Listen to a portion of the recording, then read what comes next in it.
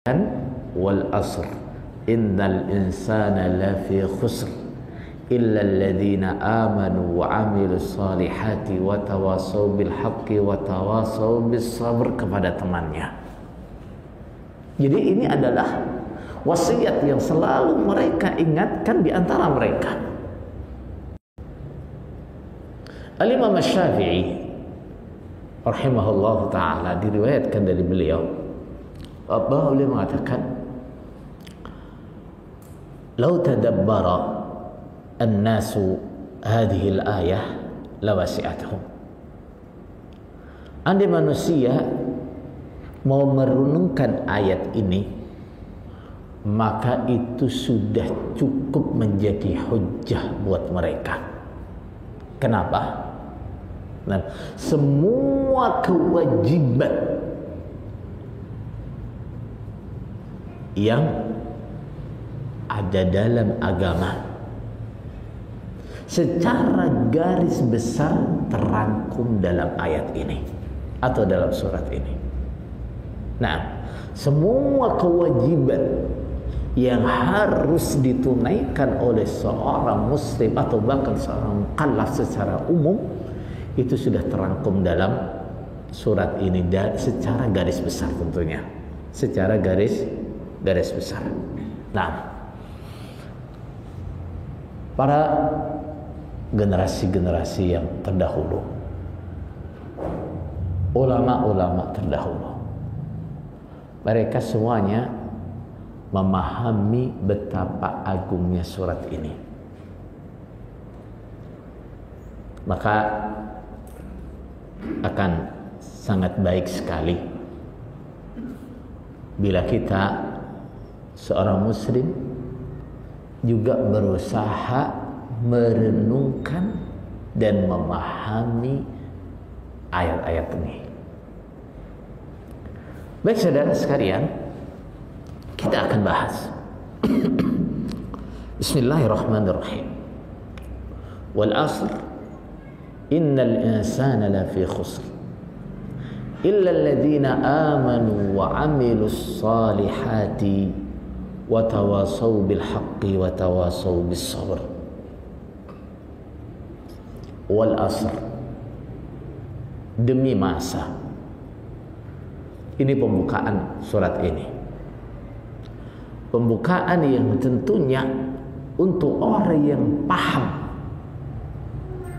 dengan metode atau asal bahasa Arab.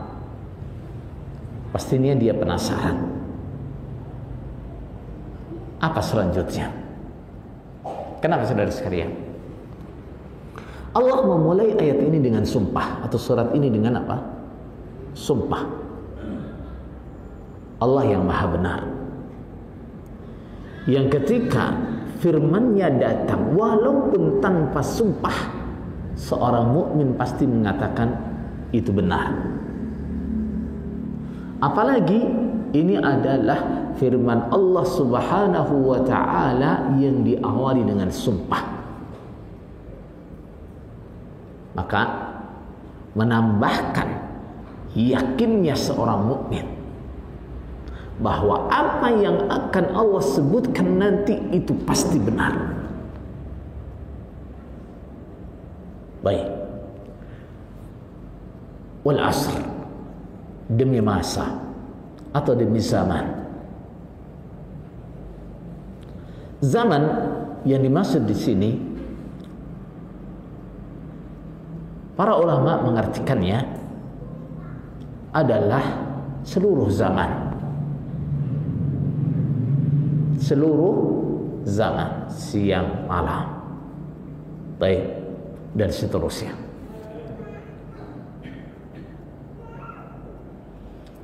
Allah bersumpah dengannya. Biasanya ketika Allah Subhanahu wa ta'ala bersumpah dengan sesuatu, maka ada yang istimewa dari sesuatu itu. Lalu apa? Ada apa dengan zaman sehingga Allah bersumpah dengannya? Saudara sekalian, coba kita lihat keajaiban yang ada di zaman. Berapa generasi yang sudah tidak ada, disusul oleh generasi-generasi berikutnya. Terjadinya di mana itu? Zaman. Perputaran waktu yang begitu cepat tapi kita tidak merasakannya. Sampai ada yang mengatakan, "Araz zamana safinatan tajri bina ila al-manuni wa la nara harakatiha." Aku melihat zaman itu seperti perahu yang berjalan membawa kita kepada kematian, tapi kita tidak melihat gerakannya. Tahu-tahu kita yang asalnya bayi, tahu-tahu sudah tumbuh dewasa, sudah tua, tahu-tahu meninggal.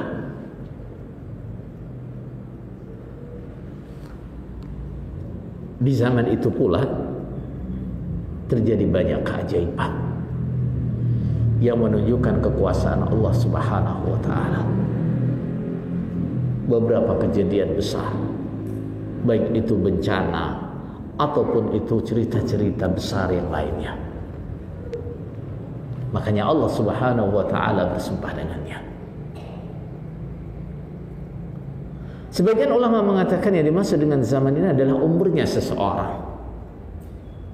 Kalau yang dimaksud adalah umurnya seseorang, lalu apa istimewanya? Saudara sekalian, ketika kita berbicara untung dan rugi, selamat dan celaka. Nah, bagi kita yang menginginkan keselamatan, bagi kita yang menginginkan keberuntungan, modal utama yang Allah berikan kepada kita adalah apa? Waktu. Nah, modal utama yang Allah berikan kepada kita adalah waktu. Dari waktu inilah kita akan ada kalanya meraih kebahagiaan, meraih keberuntungan, atau mendapatkan kerugian. Dari bagaimana kita memanfaatkan waktu ini. Baik, ada satu masalah saudara sekalian. Allah Subhanahu wa ta'ala bersumpah dengan apapun yang Allah kehendaki. Terkadang Allah bersumpah dengan zat-Nya, terkadang Allah bersumpah dengan sifatnya, terkadang Allah bersumpah dengan makhluk-makhluknya. Akan tetapi untuk kita sebagai hamba, bolehkah kita bersumpah dengan selain Allah atau nama-nama atau sifat-sifat Allah? Tidak boleh. Nah, bagi kita tidak boleh bersumpah kecuali dengan nama Allah, dengan sifat-sifat Allah. Itu saja. Rasulullah sallallahu alaihi wasallam mengatakan, "Man kana halifan falyahlif billah." Barang siapa yang bersumpah, bersumpahlah demi Allah. Wa man halafa bi ghairillahi faqad asyrak. Barang siapa bersumpah dengan selain nama Allah atau sifat Allah, maka dia telah berbuat syirik. Kadang kita masih mendengar sebagian saudara-saudara kita mengucapkan sumpah tapi bukan demi Allah. Ini supaya kita ingatkan. Nah, beberapa kali saya mendengar ada orang bersumpah demi Nabi, demi Rasul. Bolehkah itu? Tidak boleh. Ya, sumpah itu demi Allah. Sumpah itu demi Allah. Nah, bahkan demi Rasul pun nggak boleh. Baik. Karena itu adalah syirik. Ya, itu adalah bentuk apa? Bentuk syirik. Nah, walaupun bukan syirik akbar, walaupun itu syirik asghar, tapi namanya syirik asghar. Nah, walaupun dikatakan kecil-kecil itu bila dibandingkan dengan syirik yang besar, tapi dosanya itu adalah dosa besar. Dosanya adalah dosa besar. Baik, kita lihat bagaimana isi sumpahnya. Innal insana lafi khusr. Sesungguhnya al-insan, al dalam kalimat ini menunjukkan makna seluruhnya atau istighraq dalam istilahnya. Semua manusia lafi khusrin, niscaya di dalam kerugian. Coba saudara kalian kita renungkan, ada berapa penegasan untuk menyatakan bahwa semua manusia berada dalam kerugian? Yang pertama, Allah tegaskan itu dengan sumpah. Yang kedua, Allah tegaskan dengan huruf inna. Itu kalau kita belajar bahasa namanya huruf apa? Taukid. Yang ketiga, Allah tegaskan dengan lafi, huruf lam. Lafi khusrin. Baik, metode seperti ini kalau di dalam bahasa Arab disebut namanya metode ingkari. Maksudnya gimana? Ini adalah metode yang biasanya digunakan untuk menyampaikan sesuatu kepada orang yang nggak percaya. Nah, dan kenyataan begitu memang. Kebanyakan orang atau mungkin akan banyak orang yang tidak percaya ketika dia mendengar bahwa semua manusia dalam kerugian. Allah tidak mengatakan rugi, tapi bagaimana? Dalam kerugian. Ini lebih apa? Lebih berat daripada ketika dikatakan innal insana la khasir. Sesungguhnya semua manusia itu rugi. Enggak, tapi lafi khusrin, dalam kerugian. Artinya apa itu? Dia diliputi oleh kerugian dari segala sisi. Nah, itu tentunya adalah kerugian yang sangat besar.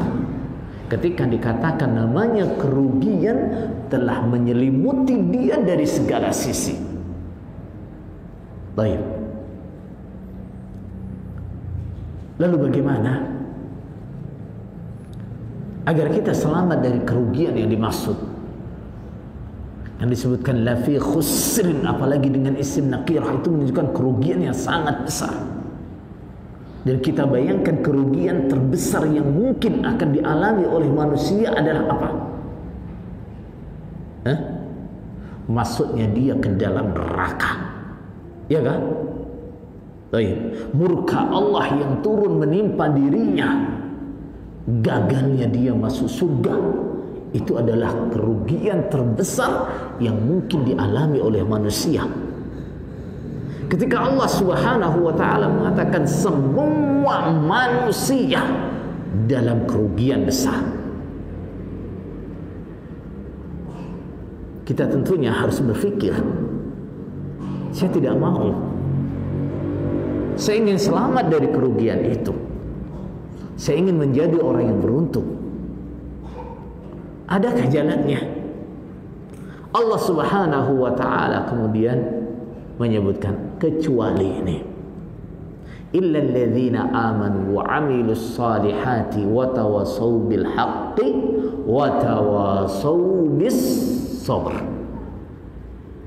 Kecuali orang yang ada pada dirinya 4 sifat ini: iman, amal soleh, kemudian saling wasiat dengan kebenaran, dan saling wasiat dengan kesabaran. Bila pada seseorang terdapat 4 sifat ini, maka dia selamat dari kerugian besar yang dimaksud tadi. Dia akan menjadi orang yang beruntung. Coba kita bahas satu persatu. Sifat yang pertama adalah illal ladzina amanu, kecuali orang-orang yang beriman. Sifat yang pertama adalah iman. Saudara sekalian, kita tahu apa makna iman. Makna iman kalau dalam bahasa namanya tasdik. Apa itu tasdik? Percaya. Nah, tapi iman yang dimaksud dalam syariat seperti apa? Nah, iman yang dimaksud di dalam syariat adalah at-tasdiqu bil qalb wan nutqu bil lisan wal amalu bil jawarih. Iman itu mencakup satu keyakinan hati. Dan hati yang percaya, hati yang yakin terhadap semua yang harus dia yakini.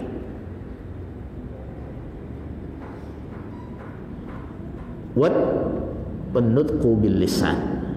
Lalu dia bicarakan itu, dia utarakan itu dengan lisannya.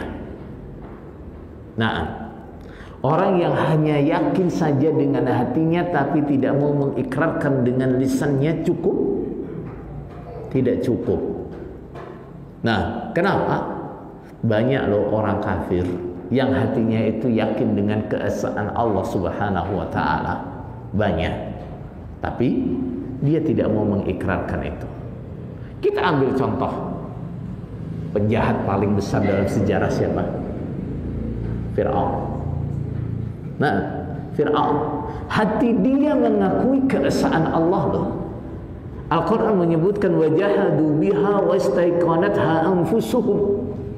Mereka Fir'aun dan para pengikutnya membantah risalahnya Nabi Musa alaihissalam, tapi hatinya mengakui.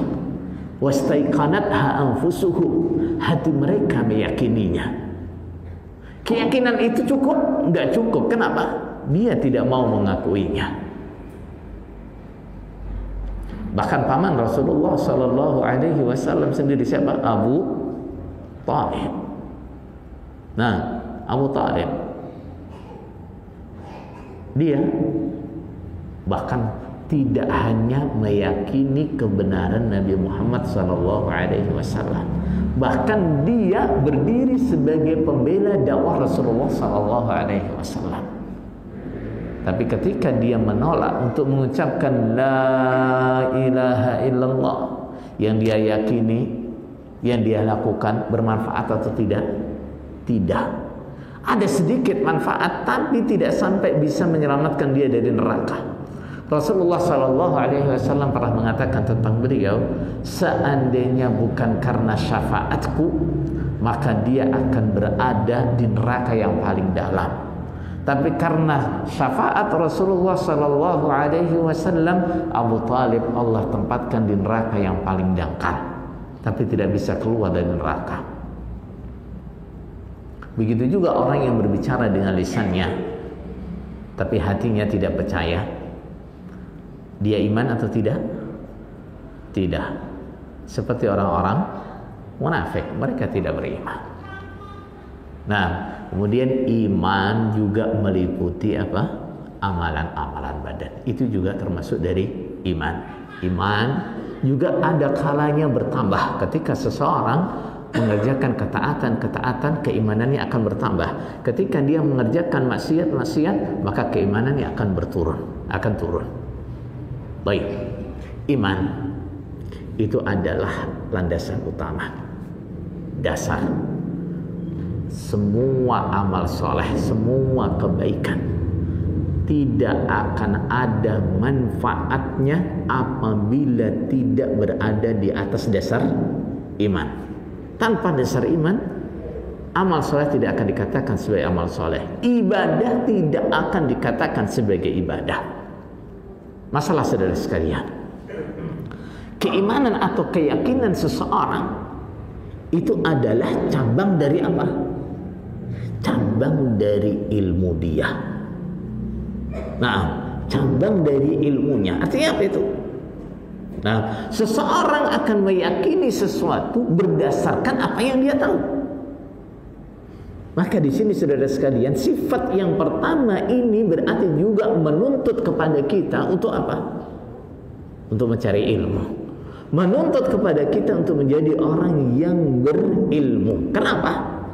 Nah, bila kita tidak ada dasar ilmu atau ilmu kita keliru, iman kita bisa keliru. Nah, iman kita bisa keliru, iman kita bisa nggak benar. Apa yang kita yakini bisa keluar dari apa yang diminta oleh Allah dan Rasulnya. Nah, atau bahkan bertentangan dari apa yang diminta oleh Allah dan Rasulnya. Kita jumpai berapa banyak orang mengaku sebagai seorang muslim, akan tetapi apa? Akan tetapi dia meyakini hal-hal yang diharamkan oleh syariat. Baik. Maka saudara sekalian, kita berusaha agar kita tidak hanya berhenti pada level Islam. Kita tingkatkan keislaman kita sampai bisa mencapai pada level iman. Iman kita juga terus berusaha untuk kita tingkatkan agar sampai pada level apa? Ihsan. Baik. Itu yang pertama. Yang kedua adalah wa'amil shalihat. Beramal saleh. Mereka adalah orang-orang yang beramal saleh. Amal saleh dan iman ini ibaratnya apa ini? Dua sayap bagi kita untuk menuju kepada keberuntungan. Sayapnya adalah apa? Iman dan amal soleh. Iman tanpa amal soleh nggak manfaat. Amal soleh tidak ada dasar iman juga tidak dikatakan sebagai amal soleh. Lalu pertanyaannya, amal soleh itu apa sih? Amal soleh itu adalah, prinsipnya secara garis besar adalah mengerjakan ketaatan. Allah perintah apa? Kita kerjakan itu amal soleh. Allah melarang apa? Kita tinggalkan itu amal soleh. Baik. Kemudian saudara sekalian, dalam beramal soleh kita punya kaidah, ya. Punya apa? Punya kaidah. Agar apa yang kita lakukan itu memiliki nilai amal soleh. Apa kaidahnya? Bahwa sesuatu amalan itu bisa dikatakan soleh. Soleh itu apa? Layak untuk diterima, layak, baik. Bisa dikatakan layak, dikatakan soleh apabila terpenuhi di dalamnya dua syarat ini. Apa itu? Syarat yang pertama adalah ikhlas. Apa artinya ikhlas? Artinya ikhlas adalah dalam kita beramal tujuan kita hanya satu. Siapa? Allah Subhanahu wa ta'ala. Gak ada tujuan-tujuan lain dalam kita beramal. Baik, itu namanya apa? Ikhlas. Ikhlas ini dalam amalan adalah syarat diterimanya amal. Baik. Kenapa? Rasulullah sallallahu alaihi wasallam kan innamal a'malu binniyat. Sesungguhnya amal apapun itu tergantung dengan niatnya. Akan menjadi amalan yang sah atau tidak tergantung niatnya. Akan menjadi amalan yang diterima atau tidak tergantung niatnya. Bahkan besar kecil pahala juga akan terpengaruh dengan niatnya. Innamal a'malu binniyat. Innallaha la yaqbalu minal amal illa ma kana lahu khalisan wa butughiya bihi wajhuhu. Allah Subhanahu wa ta'ala tidak akan menerima suatu amalan kecuali amalan itu murni untuk Allah Subhanahu wa ta'ala. Tujuan dikerjakannya yang satu Allah. Wa butughiya bihi wajhuhu, dan untuk mencari wajah Allah Subhanahu wa ta'ala. Sehingga agar amal kita saleh harus didasari apa? Ikhlas. Yang kedua, agar amal kita saleh dasarnya harus apa? Mengikuti syariat. Mengikuti apa? Syariat, terutama dalam kita ibadah. Kita harus betul-betul mengikatkan ibadah kita kepada apa yang diajarkan oleh Rasulullah sallallahu alaihi wasallam. Rasulullah mengajarkannya, saya kerjakan. Rasulullah tidak mengajarkannya, saya berhenti. Kenapa? Saya sudah berikrar Muhammad Rasulullah. Arti ikrar kita Muhammad Rasulullah itu apa artinya? Artinya adalah kita siap percaya dengan kabar apapun yang dia sampaikan. Kita siap taat pada perintah apapun yang dia sampaikan. Kita siap menjauhi semua larangan-larangannya. Dan kita siap untuk tidak beribadah kepada Allah Subhanahu. Man amila amalan laisa alaihi amruna fahuwa raddun. Barang siapa mengerjakan amalan apapun itu tidak berada di atas perintahku, maka ditolak. Maka ditolak. Amalan apapun tidak berada di atas perintah Rasulullah sallallahu alaihi wasallam ditolak. Baik. Maka saudara sekalian, para ulama mengatakan ibadah itu perkara tauqifi. Apa artinya perkara tauqifi? Ada dalilnya kita jalan, nggak ada dalilnya kita berhenti. Itu namanya ibadah. Itu namanya ibadah. Nah, sehingga kaidah dalam ibadah itu apa? Asal atau hukum asal dalam masalah ibadah adalah al-hadr, dilarang sampai ada dalil yang memerintahkan. Nah, sehingga setiap kali ada orang mengatakan kerjakan amalan ini, saya anjurkan mengamalan ini dan seterusnya, kita bertanya, adakah dalilnya? Berbeda dengan masalah-masalah adat, masalah-masalah yang terkait dengan muamalah. Hukum asal di dalamnya adalah apa? Al-ibahah. Nah, kita boleh bekerja apapun, bermuamalah apapun selagi tidak ada dalil yang melarangnya. Sehingga ketika ada orang mengatakan, gak boleh jual beli seperti itu, kita berhak bertanya, apa dalilnya gak boleh? Nah, mana dalilnya tidak boleh? Tapi kalau masalah ibadah, pertanyaan kita bukan mana dalilnya tidak boleh. Ya, pertanyaan kita adalah mana dalilnya kalau itu disyariatkan. Begitu. Baik. Illal ladzina amanu wa amilus shalihat wa tawasau bil haqq wa tawasau bis sabr. Dan mereka saling wasiat dengan kebenaran. Saudara sekalian, saling wasiat dengan kebenaran itu termasuk amal soleh atau bukan? Termasuk amal soleh. Kenapa diulangi lagi di sini? Nah, berarti dia ada spesial ini ya. Nah, ada keistimewaannya ini.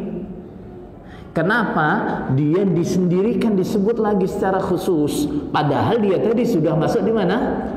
Amal soleh. Gini saudara sekalian, yang pertama, nah banyak orang berpikir yang penting dia sudah beriman dan beramal soleh, cukup, sudah cukup. Dia tidak perlu ngurusi urusan orang lain. Dia pikir begitu. Padahal secara prinsip agama itu dasarnya apa? Innad dina an-nasihah. Agama itu nasihat. Apa arti nasihat itu? Menginginkan kebaikan kepada orang lain. Itu namanya agama. Sehingga seseorang tidak dikatakan orang yang soleh, ya, belum dikatakan benar-benar soleh apabila dia tidak menginginkan kesolehannya orang lain. Nah, jadi seorang muslim yang baik selain berusaha menjadi orang yang soleh, dia juga harus berusaha mengajak orang lain juga menjadi soleh. Saudara sekalian, pertanyaan saya ini, apabila kita merasa oleh Allah Subhanahu wa ta'ala diberikan iman yang baik, diberikan taufik dapat beramal soleh, bagi kita itu nikmat atau bukan? Nikmat. Itu kita merasa bahagia atau tidak?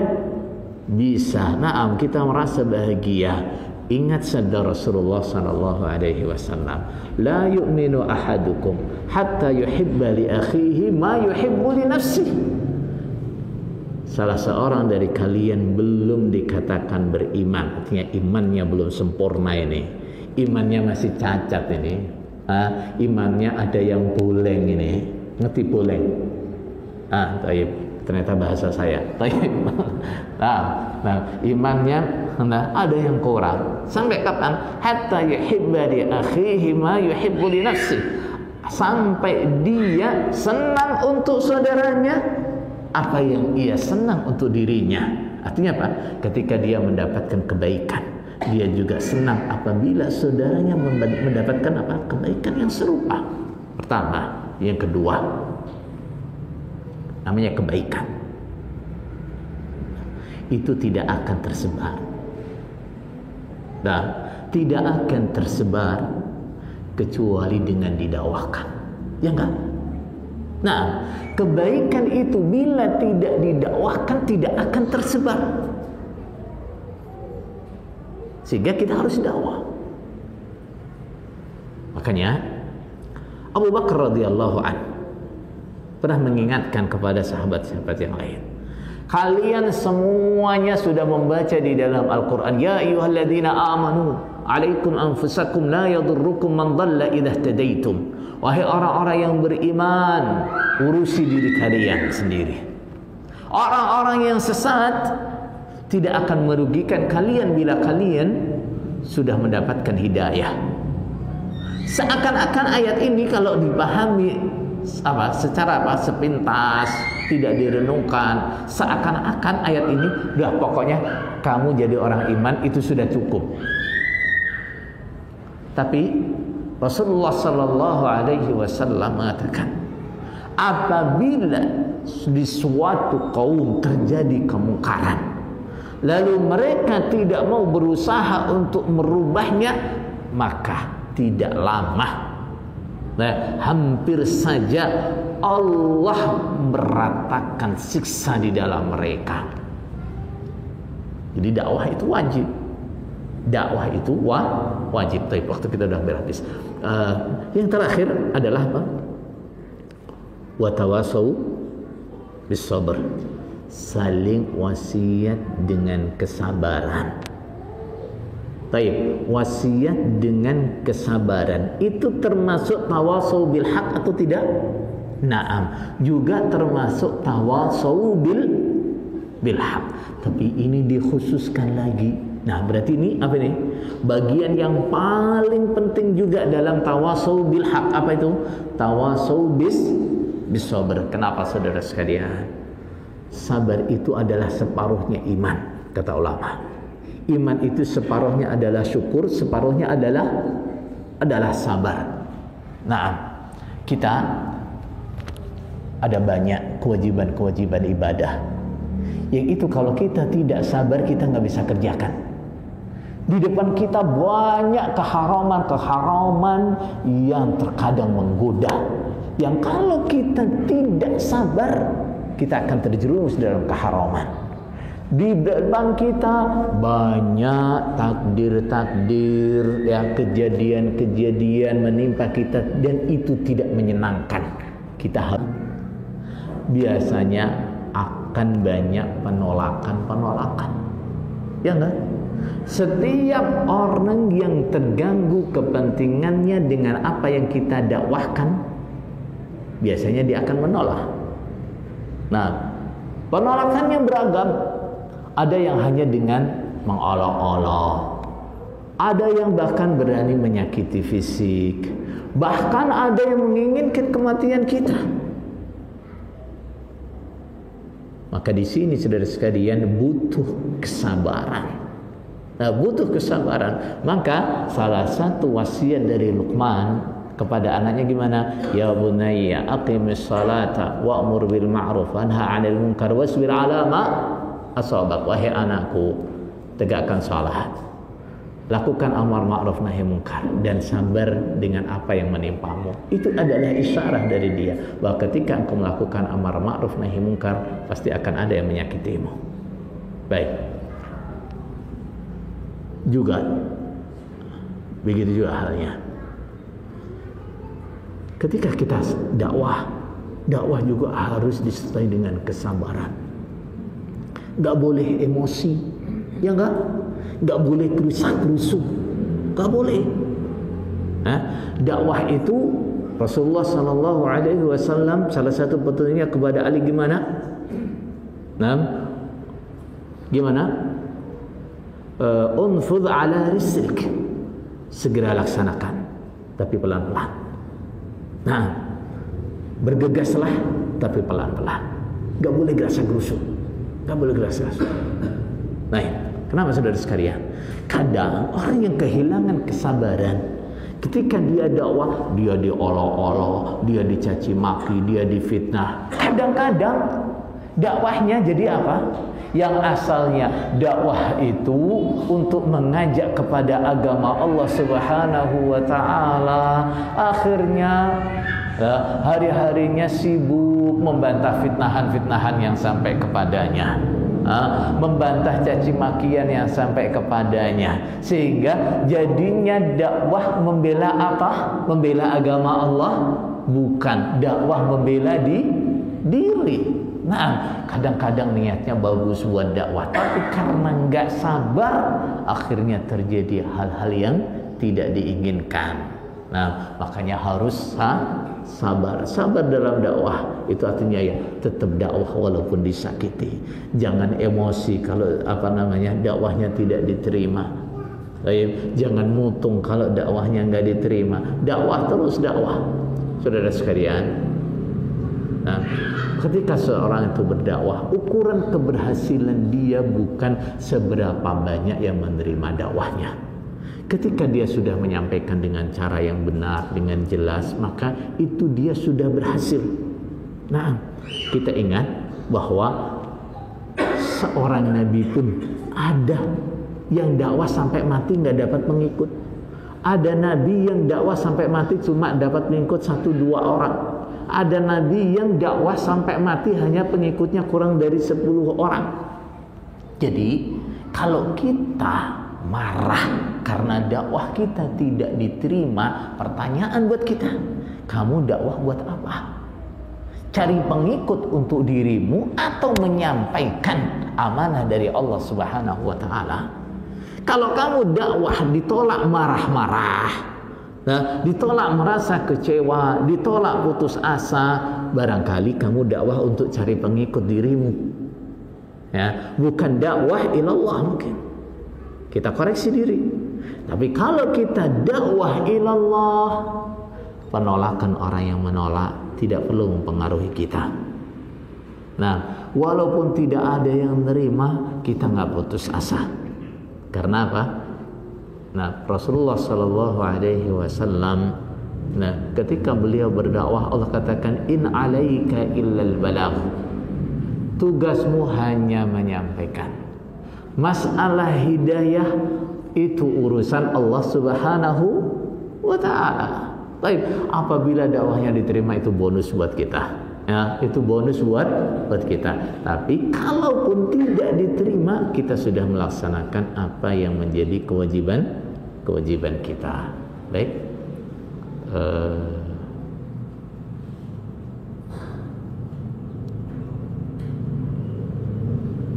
Masih ada waktu. Baik. Baik saudara sekalian. Itulah sekilas tentang ayat yang kita maksud. Nah, ini adalah ayat yang agung. Coba kita renungkan. Faidah yang kita bicarakan tadi itu hanya sebagian dari faidahnya. Coba kita baca kitab-kitab tafsir yang terkait dengan surat ini. Kita baca pembahasan para ulama yang terkait dengan surat ini. Kita akan jumpai banyak sekali faidah dari surat yang sangat pendek ini. Nah, afala yatadabbaruna al-Quran. Allah Subhanahu wa taala menegur apabila kita tidak mau mentadabburi Al-Quran. Al-Quran Allah turunkan untuk ditadabburi, bukan hanya untuk dibaca saja. Enggak, tapi berusaha ditadabburi, dipahami maknanya, dipahami maksudnya, lalu diamalkan. Nah, kalau kita tidak mentadabburinya, seakan-akan itu adalah surat pendek, nah, yang enggak istimewa, atau bahkan ayat-ayat yang lain. Tidak ada satupun ayat Al-Quran yang tidak istimewa. Kalau ada ayat Al-Quran yang rasanya nggak istimewa, rasanya biasa, itu ada yang salah dengan kita. Berarti kita tidak mentadabburinya. Baik saudara sekalian, insya Allah demikian yang kita sampaikan. Ada kurang lebihnya, mohon maaf yang sebesar-besarnya. Mudah-mudahan apa yang kita sampaikan menjadi ilmu yang manfaat untuk kita semuanya dan dapat kita amalkan. Subhanakallahumma wa bihamdika asyhadu an la ilaha illa anta astaghfiruka wa atubu ilaik. Wassalamualaikum warahmatullahi wabarakatuh.